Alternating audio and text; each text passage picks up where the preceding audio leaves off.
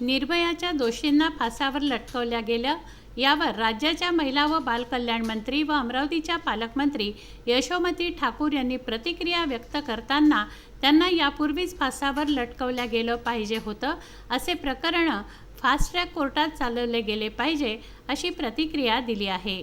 मला असं वाटतं ह्याच्या आधीच ती व्हायला पाहिजे होती।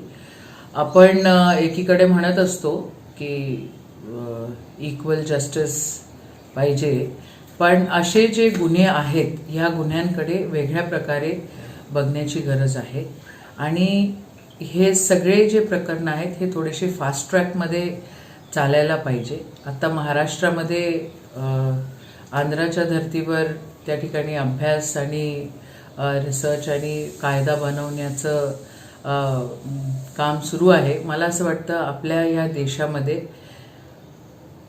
निर्भयाला ज्या गोष्टींना तोंड द्यावं लागलं तसं तोंड कोणालाच द्यावं लागलं नाही पाहिजे आणि त्यांचं जी फाशी दिली त्यांना त्याचं स्वागतच मी करेन। Chetan Kothari, Vidarbha news, Dhamangaon railway.